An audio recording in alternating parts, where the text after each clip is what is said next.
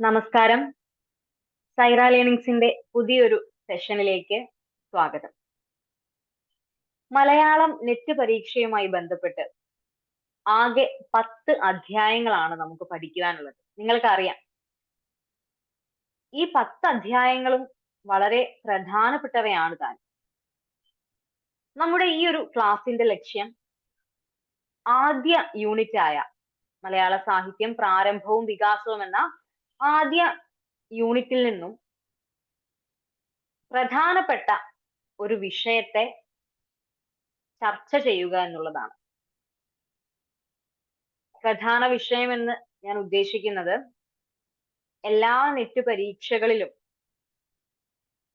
കണ്ടുവരുന്ന ചോദ്യങ്ങൾ ഞാൻ ഈ പറയുന്ന വിഷയത്തിൽ നിന്നുമുണ്ട്.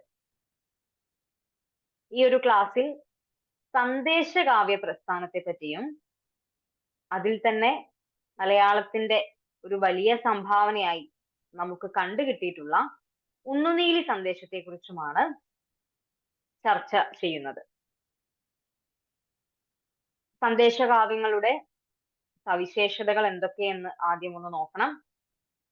അതിനുശേഷം ഉണ്ണുനീലി സന്ദേശം എന്ന കാവ്യത്തിന്റെ പ്രത്യേകതകൾ, അതുമായി ബന്ധപ്പെട്ട് സാധാരണയായി പരീക്ഷയ്ക്ക് വരാറുള്ള ചോദ്യങ്ങൾ അല്ലെങ്കിൽ അത്തരത്തിലുള്ള കാര്യങ്ങളാണ് ഇന്ന് ക്ലാസ്സിലൂടെ ഞാൻ പറയുക. സന്ദേശകാവ്യങ്ങളിലേക്ക് കടക്കുന്നതിന് മുൻപ് ഈ ഒരു പ്രസ്ഥാനം, ഈ സന്ദേശകാവ്യ പ്രസ്ഥാനം മലയാള സാഹിത്യത്തിൽ ഏതു ഭാഗത്താണ് ഒരു ഘടകമായി നിലനിൽക്കുന്നത് എന്ന് ആദ്യം നാം അറിയണം.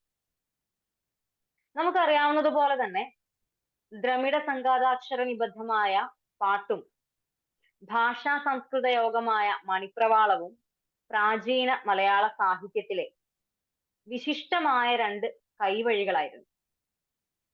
ബ്രാഹ്മണ മേധാവിത്വത്തിന്റെ ഫലമായി കേരളത്തിൽ വ്യാപിച്ച സംസ്കൃതം നാട്ടുഭാഷയായ മലനാട്ടു തമിഴുമായി ചേർത്തുണ്ടാക്കിയ ഒരു ഭാഷാ രൂപമാണ് മണിപ്രവാളം എന്നും നമുക്കറിയാം. മണിപ്രവാളത്തെ കുറിച്ച് പഠിക്കുമ്പോൾ അല്ലെങ്കിൽ മണിപ്രവാള ഭാഷയെ പറ്റി ചർച്ച ചെയ്യുമ്പോൾ അവിടെ നാം കാണുന്ന പ്രധാനപ്പെട്ട രണ്ട് കാവ്യശാഖകളാണ് ചമ്പുക്കളും സന്ദേശകാവ്യങ്ങളും. അച്ചി ചരിതങ്ങളൊക്കെ നമുക്കറിയാം. ചമ്പു കാവ്യങ്ങളിൽ പ്രധാനമായും നാം കാണുന്നവയാണ് ഇപ്പോ ഉണ്ണിയാടി ചരിതം, ഉണ്ണിച്ചിരുദേവി ചരിതം തുടങ്ങി അച്ചി ചരിതങ്ങൾ നാം പഠിക്കാറുണ്ട്. അതുപോലെ തന്നെയാണ് സന്ദേശകാവ്യ പ്രസ്ഥാനം. അത് രണ്ടും രണ്ടായി തന്നെ നിലനിൽക്കുന്ന പ്രധാനപ്പെട്ട രണ്ട് ശാഖകളാണ്. എന്താണ് സന്ദേശകാവ്യങ്ങൾ എന്ന് ആദ്യം അറിയണം, അല്ലെ? എന്താണ് സന്ദേശകാവ്യങ്ങൾ, അല്ലെങ്കിൽ സന്ദേശകാവ്യങ്ങളുടെ സവിശേഷതകൾ എന്തൊക്കെയാണ് എന്നത് വളരെ പ്രധാനപ്പെട്ട ഒരു കാര്യമാണ്. അപ്പൊ സന്ദേശകാവ്യങ്ങളുടെ പ്രത്യേകതകൾ എന്താണെന്ന് ആദ്യം നമുക്ക് നോക്കാം. സംസ്കൃത സാഹിത്യത്തെ അനുകരിച്ച് മലയാളത്തിൽ ഉണ്ടായ ഒരു കാവ്യ പ്രസ്ഥാനമാണ് സന്ദേശകാവ്യങ്ങൾ. കാളിദാസൻ സംസ്കൃതത്തിൽ എഴുതിയ മേഘദൂതമാണ് ആദ്യത്തെ സന്ദേശകാവ്യം. അപ്പോൾ ഈ സന്ദേശകാവ്യ പ്രസ്ഥാനത്തിന് അല്ലെങ്കിൽ ഇങ്ങനെ ഒരു മേഖലയ്ക്ക് നിയതമായ ഒരു സാഹിത്യ രൂപം നൽകിയത് കാളിദാസനാണ് എന്ന് വേണമെങ്കിൽ നമുക്ക് പറയാം. സന്ദേശകാവ്യത്തിന് തമിഴിൽ ദൂത് എന്നാണ് പറയുക, ദൂത്. കാളിദാസന്റെ മേഘദൂതിനെ അടിസ്ഥാനമാക്കിയാണ് സന്ദേശകാവ്യത്തിന്റെ രൂപഭാവങ്ങളെ തയ്യാറാക്കിയിരിക്കുന്നത്. എന്തൊക്കെയാണ് സന്ദേശകാവ്യം എന്നതുകൊണ്ട് ഉദ്ദേശിക്കുക, അല്ലെങ്കിൽ സന്ദേശകാവ്യത്തിന്റെ കാവ്യങ്ങളുടെ രൂപം എങ്ങനെയാണ് അല്ലെങ്കിൽ ഘടന എങ്ങനെയാണ് എന്ന് നമുക്ക് നോക്കാം. സന്ദേശകാവ്യങ്ങളിൽ സാധാരണയായി ഒരു നായകൻ ഉണ്ടാകും, നായികയുണ്ടാകും, സന്ദേശവാഹകൻ ഉണ്ടാകും. നായകൻ, നായിക, സന്ദേശവാഹകൻ എന്നിങ്ങനെയാണ് കഥാപാത്രങ്ങൾ വരിക.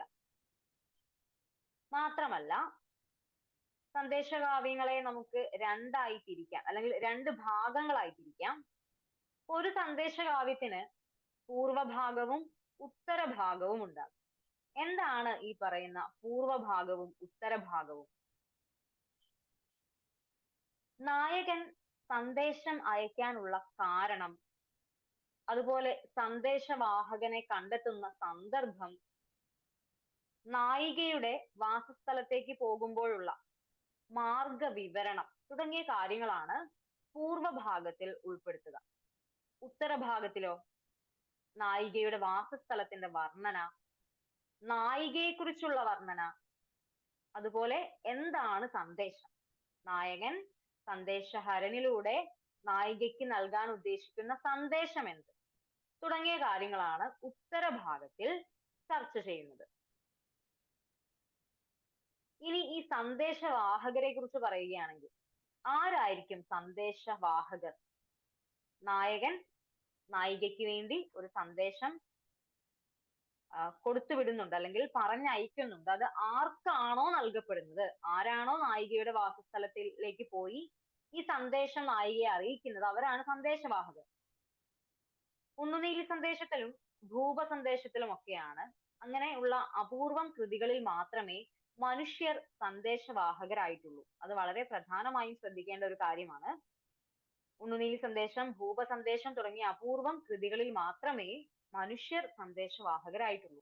ബാക്കി എല്ലാ കൃതികളിലും പക്ഷികൾ, കോക സന്ദേശം നമ്മൾ കേട്ടിട്ടുണ്ട് അല്ലെ, മയൂര സന്ദേശം ഒക്കെ കേട്ടിട്ടുണ്ട്.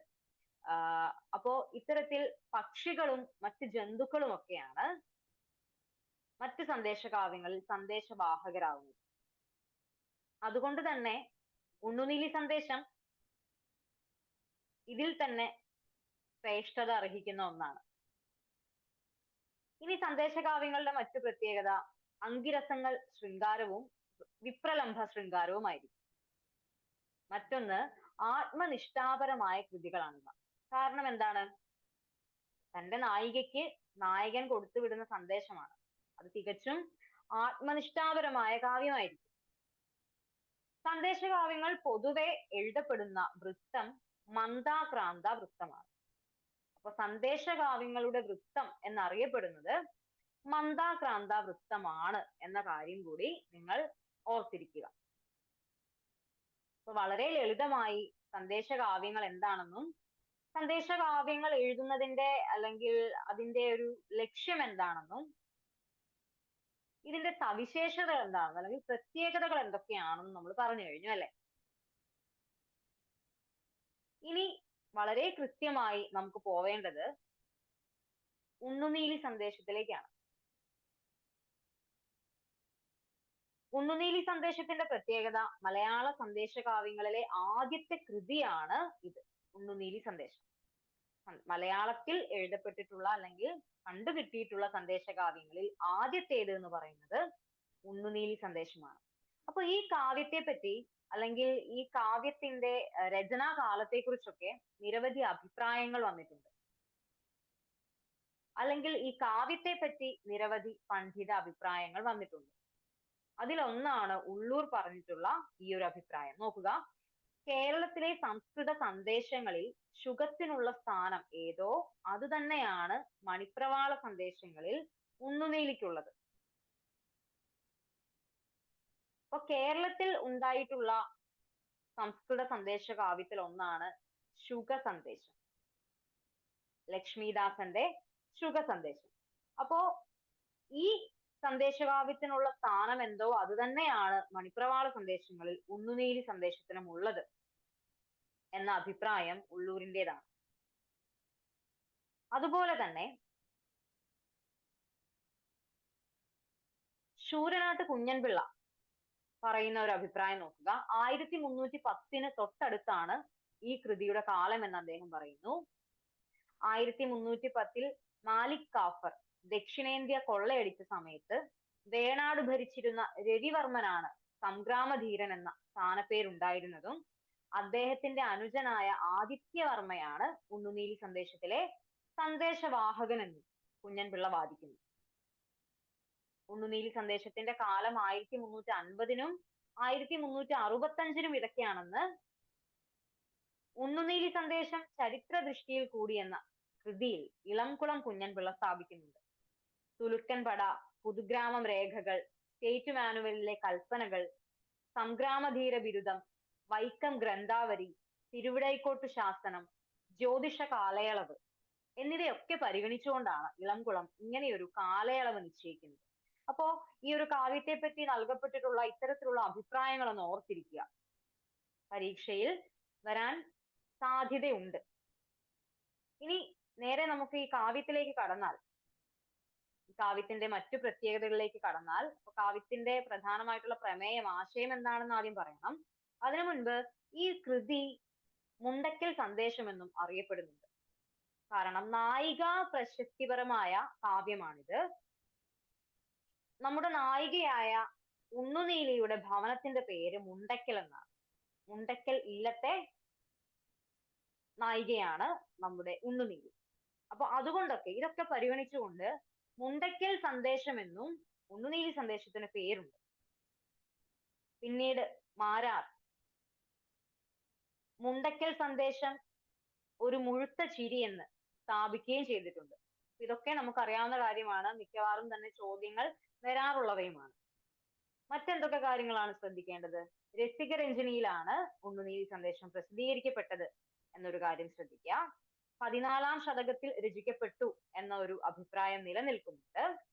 നായികയായ ഉണ്ണുനീലി മുണ്ടക്കൽ ഇല്ലത്തെ അല്ലെങ്കിൽ മുണ്ടക്കൽ ഇല്ലത്ത് വസിക്കുന്ന സ്ത്രീയാണ് എന്നുള്ള കാര്യം ഓർക്കുക. ഇനി ഇതിവൃത്തം കൽപ്പിതമാണ്. ഉണ്ണുനീലി സന്ദേശത്തിലെ ഇതിവൃത്തം കൽപ്പിതമാണ്. എന്താണ് ഇതിവൃത്തം? വളരെ ലളിതമായിട്ട് പറയുകയാണെങ്കിൽ, വൈക്കം താലൂക്കിൽപ്പെട്ട ഒരു സ്ഥലമാണ് കടുത്തുരുത്തി. അപ്പോ ഈ കടുത്തുരുത്തിയിൽ മുണ്ടക്കൽ ഇല്ലത്ത് താമസിക്കുന്ന ഉണ്ണുനീലി തന്റെ ഭർത്താവുമൊത്ത് അല്ലെങ്കിൽ കാമുകനുമൊത്ത് ഉറങ്ങുന്ന സമയത്ത്, ഭർത്താവ് ഉണ്ണുനീലിയെ മാറിൽ കിടത്തി ഉറങ്ങുന്ന സമയത്ത് ഒരു യക്ഷി ഈ കാമുകനെ അപഹരിച്ചുകൊണ്ട് ദക്ഷിണ ദിക്കിലേക്ക് പോവുകയും ചെയ്യുന്നു. തിരുവനന്തപുരത്ത് നമ്മുടെ പത്മനാഭ ക്ഷേത്രത്തിന്റെയൊക്കെ ആ ഒരു ഭാഗത്തെത്തിയപ്പോൾ നമ്മുടെ നായകൻ ഉറക്കം എഴുന്നേൽക്കുകയും യക്ഷിയുടെ പിടിയിലാണ് താനെന്നറിഞ്ഞ് നരസിംഹ മന്ത്രജപം ജപിച്ച് യക്ഷിയുടെ പിടിയിൽ നിന്ന് രക്ഷപ്പെടുകയും ചെയ്യും.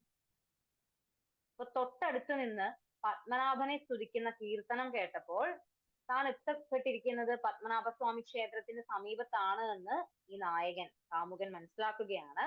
അതുപോലെ സമയം പ്രഭാതമാകാറായി എന്നും അദ്ദേഹം മനസ്സിലാക്കുന്നു. ശ്രീ പത്മനാഭനെ വണങ്ങുവാൻ വന്ന തൃപ്പാപ്പൂർ മൂപ്പനായ ആദിത്യവർമ്മ രാജാവിന്റെ കയ്യിൽ നമ്മുടെ നായകൻ അല്ലെങ്കിൽ ഉണ്ണുനീലിയുടെ കാമുകൻ, വിരഹിയായ നമ്മുടെ നായകൻ തന്റെ സന്ദേശം കൊടുത്തു വിടുകയാണ് ഉണ്ണുനീലി.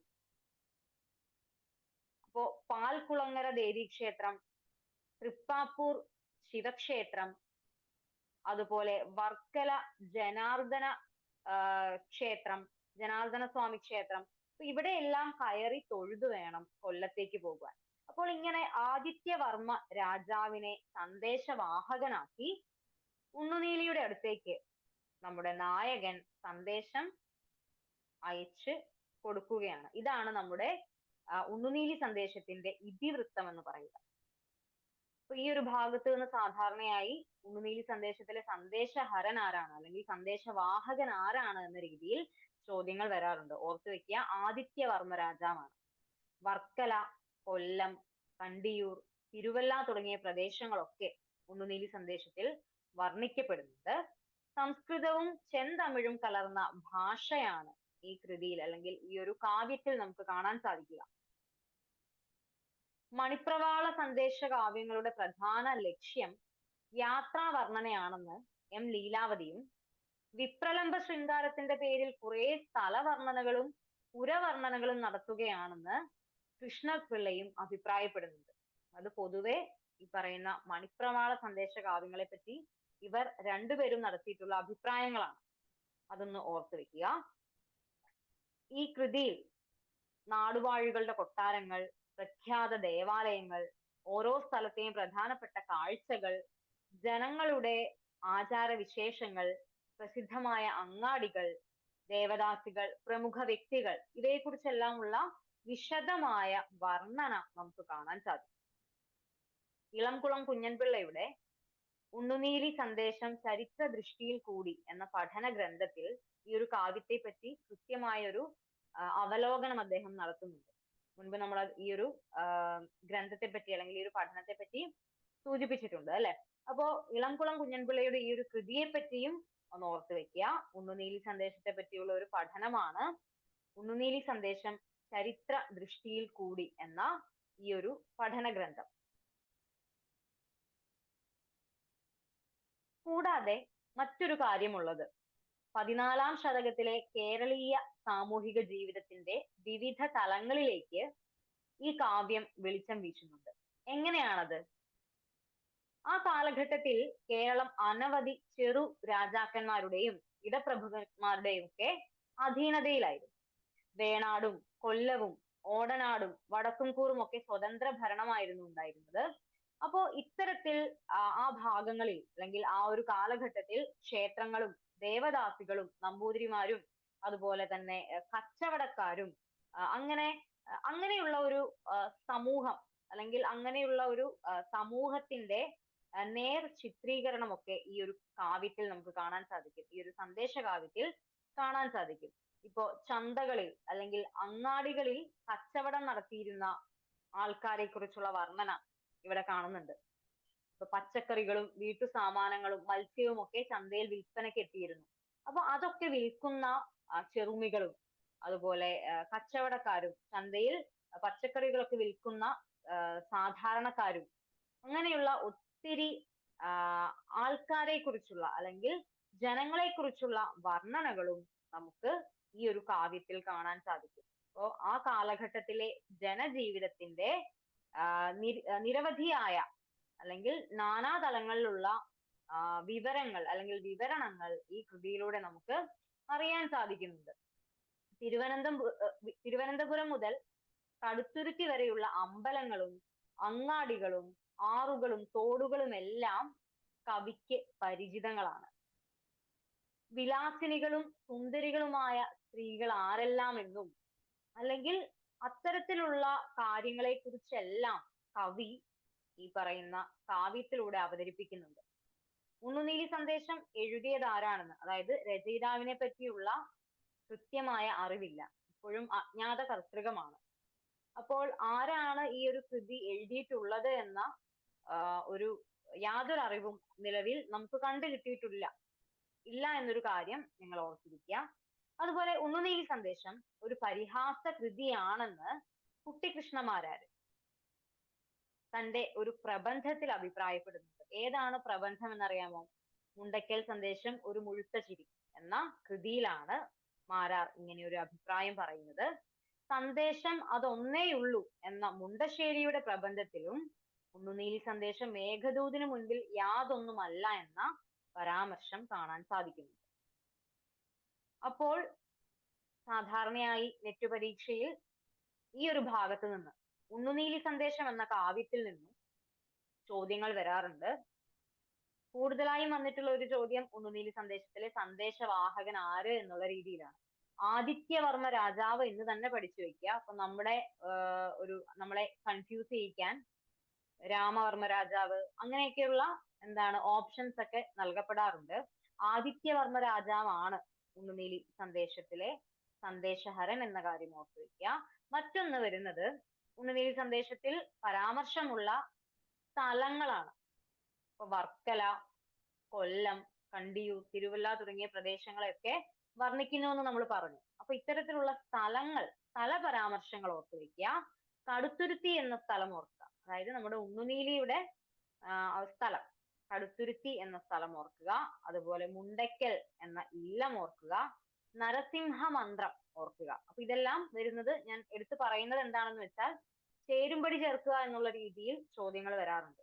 ഉണ്ണുനീലി സന്ദേശത്തിന് നേരെ ചിലപ്പോൾ വരിക നരസിംഹ മന്ത്രജപം എന്നായിരിക്കും, അല്ലെങ്കിൽ കാമുകനെ യക്ഷി കൊണ്ടുപോകുന്നു എന്നൊരു രീതിയായിരിക്കും. അപ്പൊ ഇതെല്ലാം വരുന്നത് ഉണ്ണുനീലി സന്ദേശത്തിലാണ് എന്ന കാര്യം നിങ്ങളൊന്ന് ഓർത്തു വെക്കേണ്ടത് ആവശ്യമാണ്. അപ്പൊ ഈ ഒരു ചെറിയ സമയത്തിനുള്ളിൽ നമ്മൾ പറഞ്ഞത് സന്ദേശകാവ്യങ്ങളുടെ പ്രത്യേകതകളെ കുറിച്ചും ഉണ്ണുനീലി സന്ദേശത്തിന്റെ ആ ഒരു കാവ്യത്തിന്റെ സവിശേഷതകളെ കുറിച്ചുമാണ്. ഇത്രയും കാര്യങ്ങൾ ഓർത്തിരിക്കുക. പരീക്ഷയ്ക്ക് ഇതെല്ലാം പ്രധാനപ്പെട്ട കാര്യങ്ങളാണ്. ഏറ്റവും പ്രധാനമാണ് എന്നതുകൊണ്ട് മാത്രമാണ് ഉണ്ണുനീലി സന്ദേശത്തെ ഞാൻ ഈ ക്ലാസ്സിൽ അവതരിപ്പിച്ചത്. അതല്ലാതെ ഭോഗ സന്ദേശം, ഭൃംഗ സന്ദേശം തുടങ്ങി ഒത്തിരി സന്ദേശകാവ്യങ്ങൾ നമുക്ക് ലഭ്യമാണ്, എഴുതപ്പെട്ടിട്ടുണ്ട്. അപ്പോൾ ഈ ഒരു കാവ്യത്തെ വളരെ പ്രധാനമായും പഠിച്ചു വെക്കുക. അടുത്ത ക്ലാസ്സിൽ ഇതേ അധ്യായത്തിലെ മറ്റൊരു വിഷയവുമായി നമുക്ക് കാണാം.